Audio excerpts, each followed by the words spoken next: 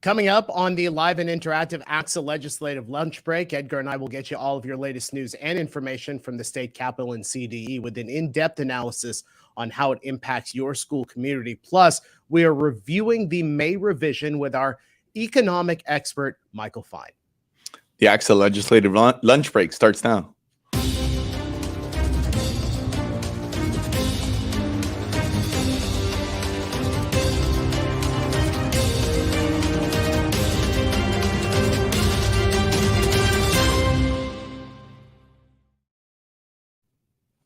And it is just after 1 o'clock. We welcome you on a Wednesday to the live and interactive ACSA Legislative Lunch Break, along with Dr. Edgar Zaswata, ACSA's Executive Director. I'm Naj Alikan, ACSA's Senior Director of Marketing and Communications. Again, welcome. We're honored to have you with us today. Go ahead and jump onto our chat and say hello. Let us know where you're watching from. Edgar, how are you? Good. I feel like we're just here. And I was gonna ask you, I know you keep running track, and I meant to write it down every time you see this number. What number show is this? This is 115 today. All right. 115. Next time we get to a milestone, I know you always tell me after the fact, so I know when we get to those milestone ones, I want to make note of that. So if I remember correctly, not that I'm a loyal viewer, but the Tonight Show, Jimmy Fallon has like the number over here that of the show that they're doing. So maybe that's what I have to do is start updating the number. For us for a visual. Coming up, we're going to have Michael Fine, our finance legend, to talk about the May revision, what comes next for school districts. Sheldon Smith himself, an economics expert, first on the chat today. Our good friend Neri Pais and Mark Campbell over in Calaveras.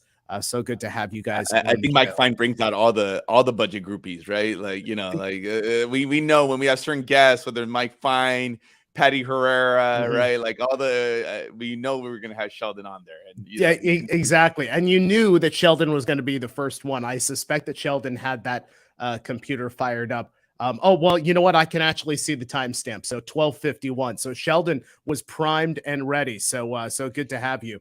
Edgar, let me bring up a couple of news items and then we'll roll into our interview today. First off, ACSA's sponsored Senate Bill 494 that has officially passed the Senate and now moves on to the Assembly. Let me just give you some of the particulars here. Senate Bill 494, this is Josh Newman's bill, would modify current Brown Act requirements for school boards by making two changes. One, it would require that dismissals of a superintendent or assistant superintendent without cause may only be acted upon at a regular meeting, providing at least 72 hours of public notice rather than the 24 hours for a special meeting, and also create a 30-day period immediately following a school board election. I guess you could consider it a cooling off period, if you will, during which a governing board may not terminate without cause the district superintendent or assistant superintendent. So, Edgar, that has moved now from the Assembly. You and I have talked with Josh Newman. We had him as a guest during our legislative action days in mid-April. So now it's moving from the Senate to the Assembly. Got bipartisan support in the Senate. What are your feelings now when we move it over to the Assembly? Because your experience in seeing legislation move from one place to the other, sometimes these bills get picked apart on their way from one house to the next. Yeah. Well, first of all, I'm proud that ACSA has its name to this bill and is helping shepherd this along. Shout out to our GR team, Dorothy Johnson in particular, who's been doing some great work on the day-to-day on this measure. Obviously, us even sponsoring this legislation comes out of difficult times. What we saw, we talked a lot about it on this show and other venues about some of the challenges with some of the boards changing, with some of the political dynamics in certain communities changing. We really think of this as like there's bigger issues here, but that this is just some common sense, low-hanging fruit from a policy perspective. That when a community needs to make a change in leadership, that this is really done for the right reasons, and that more than anything, that the community actually has a chance to lend their voice, similar to when you're going to hire a superintendent, that there has to be this transparent process.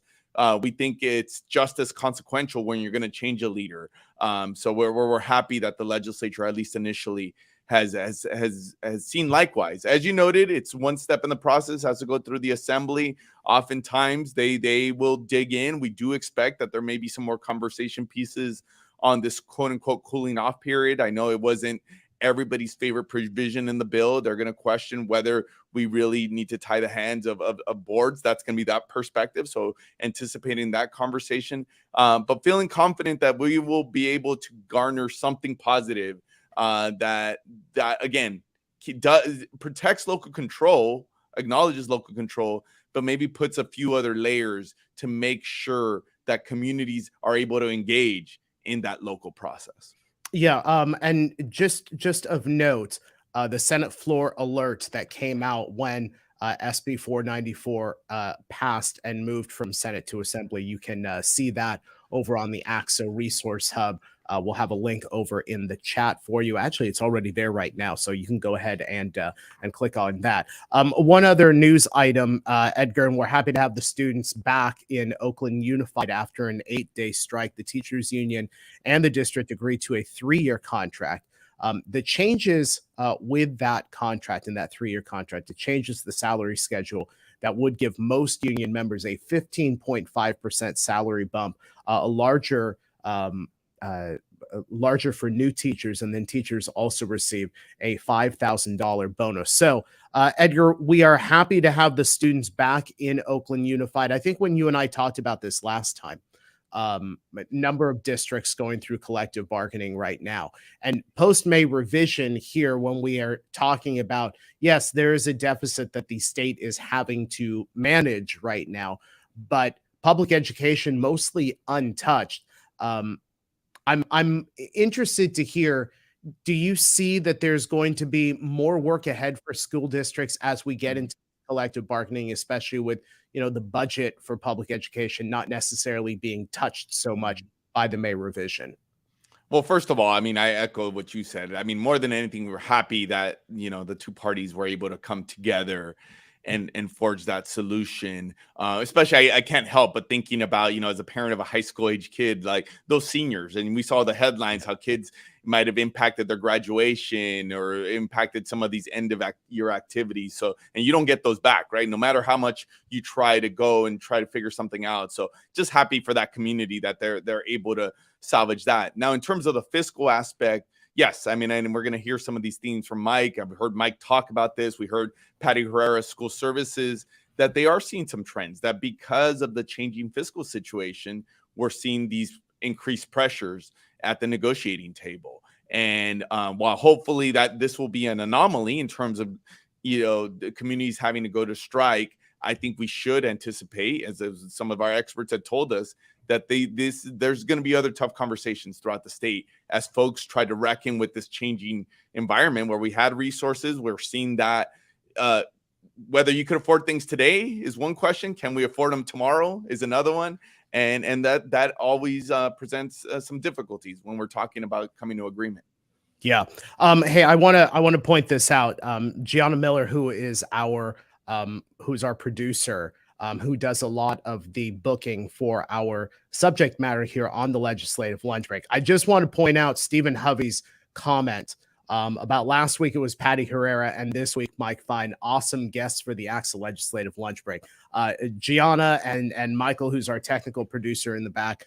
Great job to book our next guest. Let's go ahead and bring him on, because I know so many of our members are excited to hear from him. Michael Fine is the Chief Executive Officer from the Financial Crisis and Management Assistance Team, better known as FCMAT. He is a school finance legend. I'm allowed to say that because he's a school finance legend. Michael, it's an honor to have you back here on the ACSA Legislative Lunch Break. Thanks so much for being with us. Let me just start with the January budget proposal, which had a $22.5 billion deficit. Now, post-May revision, we're looking at a $31.5 billion deficit. Is that figure more than you expected, that 31.5? Well, good afternoon. Always good to be with you and ACSA and your members. Appreciate all of their work. No, I think what we saw in the May revise is exactly what we expected from a trend standpoint. We've been watching it week by week, month by month since January. We knew January were relatively soft numbers to start with, so they weren't they weren't the best probably of numbers to start with. There was already risk within days of January that was pointed out. So I think May landed right where we expected. I think we're still worried. There's a lot of risk in the May revenue numbers, and it's going to be months before we know how those turn out. Hey, Mike, thanks again for always. You usually say yes when we call, right? You don't ignore our calls, even if you want to. So appreciate you making some time for our folks there. I know one of the highlight pieces, we talked about it when the news came out on Friday. We were all watching to see what the implications were going to be on this cost of living adjustment. The governor, and it actually increased a little bit there, right, at 8.22%. I think generally speaking, folks saw that as good news. Now, the flip side of that, we know some of that, and maybe you could help explain this to our viewers, that some of the assumptions the state is making, hence trying to pay for some of this increase with one-time funding. And, that us representing our folks as the employer makes us somewhat nervous. Okay, yes, should we celebrate this? Should this be good news? Should we be more worried about this? Kind of what's your perspective, especially as you take into account the districts you folks are monitoring about going into that fiscal distress territory, and what do you make of that news? So certainly using one-time resources, whether it's at the local level or at the state level, for ongoing commitments is troubling, right? We would advise LEAs absolutely against that, right? We advise them constantly, don't do that. So to have the state set that example is disappointing.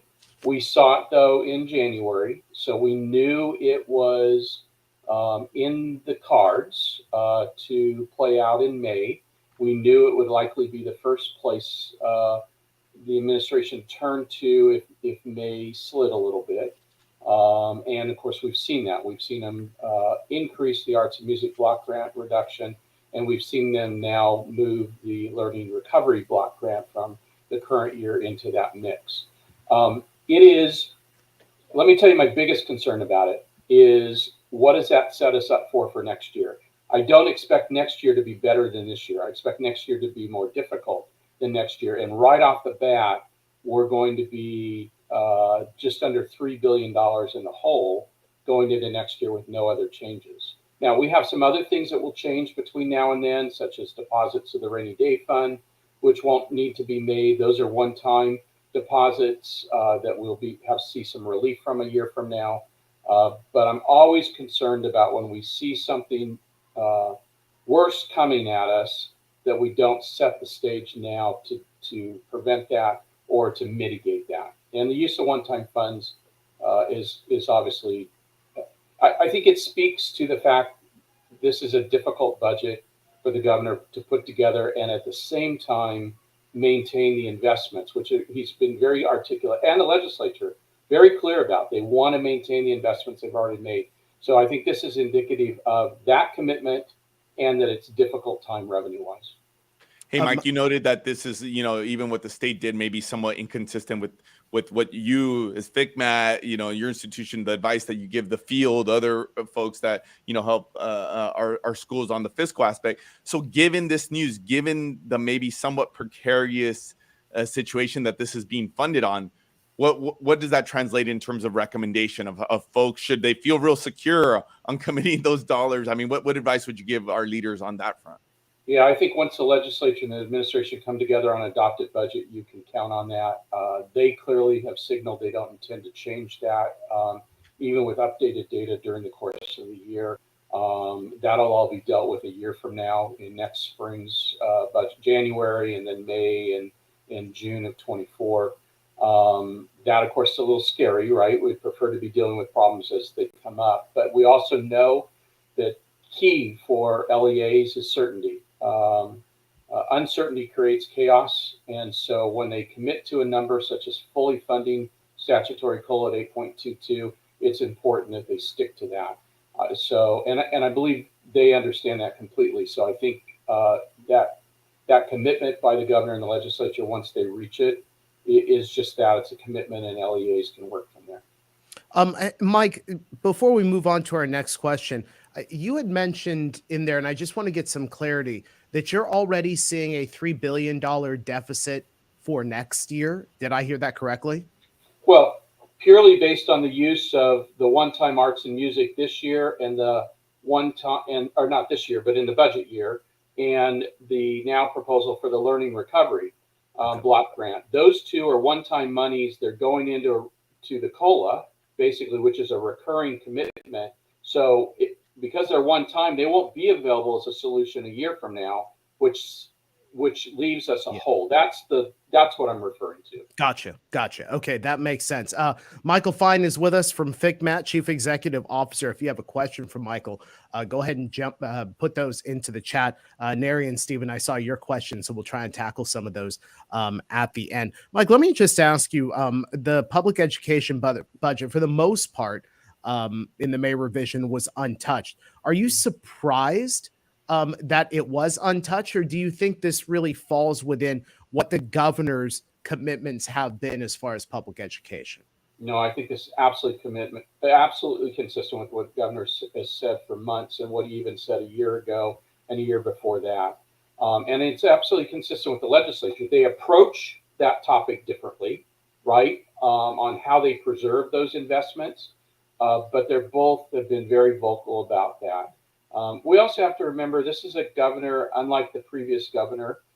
This is a governor with a future in his mind of where he's going, and cutting education doesn't play well wherever that is that he's going. We can all have our opinions about that. Cutting education doesn't play well as a byline, no matter what his next steps are. Hey, Mike, before the May revise came out, one of the things that I think the education community, all of us, our organization, are pretty unified around trying to push back against the reduction to the arts, music, and instructional materials block grant, right? And that, not only that proposal, at one point, we were telling our viewers, okay, we think there's a good chance of that changing. They doubled down. They actually went and took more dollars, or proposing to take more dollars. On top of that, they're doing another, what we're calling a mid-year cut to these learning recovery grants. Kind of a two-part question. One, what do you think you've been a part of some of these conversations, briefings with the state, like what's their stated why? And I think you almost kind of laid the groundwork on, they had to make some decisions on that front. So one, why, what was their thinking behind going in that direction? And then two, what are you seeing the practical implications of these cuts, given what we already had on the table? Now they're putting more on top of that. Yeah, so I don't ever like to see dollars taken back. I mean, we use the term all the time in Sacramento about clawing something back, right? At the local level, I'm a huge believer in once you allocate funds to a school site from the district, they stay there. You don't go back and recover those. You give them their carryover. You don't force a spend or lose mentality. So not my favorite way to approach the budget, taking money back, obviously. I don't think it's any of ours favorite. However, I think the view the state has is this. Those were both intended in their mind to cover multiple years, both for the right purposes, learning recovery, arts and music, and kitchen sink, everything else, right? And so they saw an opportunity to pull those back in part to honor this year, but pull back the out year commitments. Now, here's the reality. The arts and music, all other block grant, truly could cover everything. And some districts spent it all this year because in fact, in some cases, it helped grease the skids to get to a settlement with employees. The learning recovery has been fully apportioned out. So when we talk about the second part of your question and the technical aspects, so CDE has only apportioned out 50% of the arts and music. The January proposal was to cut it by a third. Well, the minute CDE held that additional apportionment in May, that clearly gave the administration an opportunity to easily get to the additional or to get to the 50% mark, right? Mechanically. The learning recovery has been 100% apportioned to LEAs. So we have a mechanical problem, and the way CDE will recover those funds back is through an adjustment to principal apportionment in the new year. And so districts are going to feel they're going to feel the pinch from that. Number one, if they've spent it all, or number two, they have any staffing tied to those programs for next year that they otherwise wouldn't have had. Now, in the arts music, we should be able to, Prop 28 should help soften that burden, right? And that challenge. But on the learning recovery, if they have unspent ESSER funds, and most districts have unspent ESSER 2 and ESSER 3 funds, those line up very nicely with the purpose of learning recovery. So those may be options for them.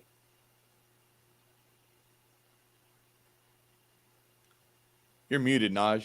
Yeah, sorry. There you go. See, I had to clear my throat, and then what happens? I forget to turn it back on.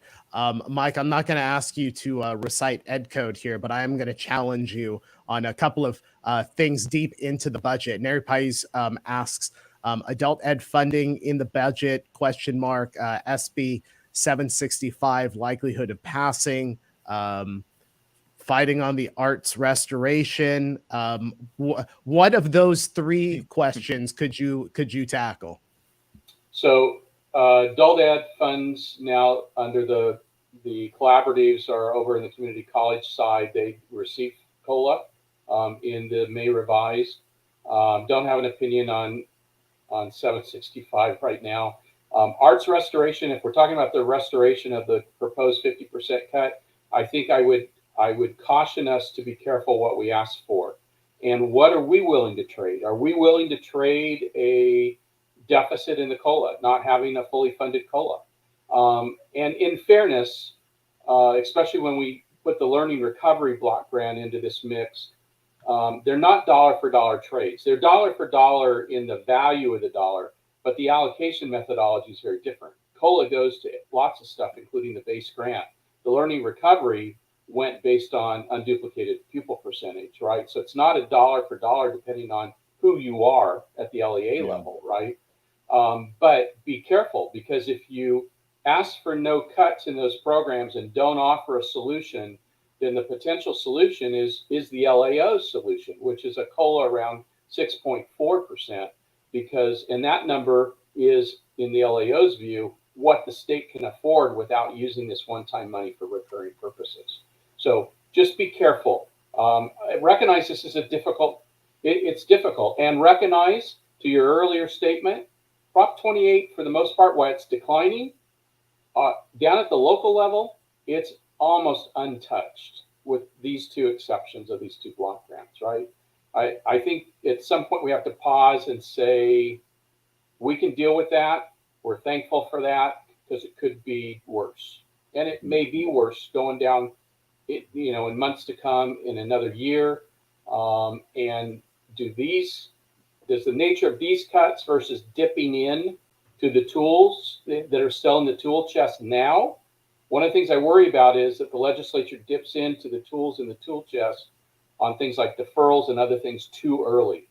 And it doesn't maximize those tools when we need them potentially a year from now. Yeah. And don't forget declining enrollment. There's billions of dollars in the current year budget that continue to mitigate declining enrollment and the fact that ADA has not rebounded. Are we willing to give that up? I don't think so, right? So just be careful what we ask for, right? It's all got to balance out somewhere. Yeah, no, I mean, Mike, you just articulated even that caution, even us as ACSA really trying to weigh the pros and cons in terms of how do we respond? What is it that we really want to push for, right? And this whole thing, I love the analogy about the tools, having flashbacks to some of the other financial slowdown, the fiscal slowdowns that we've seen. Is if we go and use all those tools in year one and we're still in trouble in the out years, then we may have a bigger issue on our hands, right? Steve, that's my worry. Yeah. Steve Hubby asked, with good question, what percentage of taxpayers deferred until October, and how does that vary from just regular year deferrals? And I think the kind of implied question is, how does this impact the overall fiscal picture? I don't know if we have a great sense given, some of the anomalies that we had this year with the tax filing. I don't remember the percentages, but it's $42 billion is what is estimated to be deferred from April to May through October, right? Of that 42 billion, 28 billion is personal income tax. And so what that does, and Steve understands this very well, because we all know Steve, he's been around literally forever, right? And so, sorry, Steve. Yeah, I gotta pick on you because you got white hair, right? But that adds risk. That adds a whole new layer of risk to the revenue forecast. $42 billion is estimated attributable to the current fiscal year, built into the base for next fiscal year, that we don't have in our hands. And on a normal basis, that would have all come in April, and we'd have those dollar bills in our hands, and that level of risk would be lower. That heightens the risk to the revenue forecast. Just Mike, I don't know if you can see this, but Stephen Hovey really wanted you to respond faster with that, because he says he needs a nap. So clearly he was ready for that answer, and a little faster next time is what he would appreciate. Okay. Hey, let me just ask you, as we head into this window now between when the May revision comes out, when the budget has to be signed off, what do you expect to see and hear? Thoughtful, open dialogue between the administration and the legislature. They're not that far off, although approaches, on some things are very different. But on the education side, they're really not dramatically that different. Remember that the two block grants the administration cuts were both legislative priorities. So to the earlier question, do we fight for those? The legislature's going to do some fighting for those. Those were legislative priorities, not administration priorities, a year ago when they were put in the budget. So there will be some fighting over those. Do I see them completely going to zero as far as the administration completely backing down on those? No, I think some element of both of those are going to be needed just to bring balance. But could the numbers be different? Instead of a third on learning recovery and 50% on arts, could it be different? Yes. Other than that, I think there's a lot of commonality here on the Prop 98 side. All right. Michael Fine, Chief Executive Officer of the Financial Crisis and Management Assistance Team. You all know it as FCMAT. Mike, so great to have you here on the show. Stephen is obviously very excited that you were on the show with us today. Have a great rest of the day, and we'll see you next time. Thank you, guys. All right. So a couple of notes for you guys. If you like what you see here on the ACSA Legislative Lunch Break, if you're new to the show or you haven't subscribed yet, shame on you. Go ahead and subscribe to us on YouTube or like us on Facebook. When we're about to come on live with the show, you will get an alert. You also get an alert to remind you of our regularly scheduled ACSA Legislative Lunch Breaks here on ACSA Facebook and ACSA YouTube Wednesdays at 1. And if you have a great story to tell that's happening in your school district, we want to amplify that story. Go ahead and send your photos, your bullet points, any news releases to our EdCal editor, Michelle Carl at mcarl at ACSA.org. And we'll get those into EdCal coming up in EdCal. We will get some great photos from this past week. We see on the chat today Parveen Ahmadi, who is the superintendent from Castro Valley Unified. She, along with her family, were there for the swearing-in ceremony, as she is the new ACSA president. So we've got coverage of that coming up in this week's EdCal. Also, some coverage from our Lead with Pride conference that we had down in San Diego. Edgar, as we approach the bottom of the hour here, let me just wrap up what Mike had to say. Everything you were hearing, the one thing that stuck with me, and I know it was in response to Neri's question, but something that I think was key was be careful what you ask for. Like, that's the one thing that's just going to stand out to me, is be careful what you ask for, because there's a lot of negotiation that's going to take place. And advocacy can work both ways sometimes when it comes to talking about money inside the Capitol. I mean, here's the challenge we have this year, right? I mean, everybody could relate to this, whether it be at their site level, at their district level, in their personal budget. You have X amount of dollars, right? We thought we were going to have X amount of dollars. We thought those are going to be distributed in a certain amount.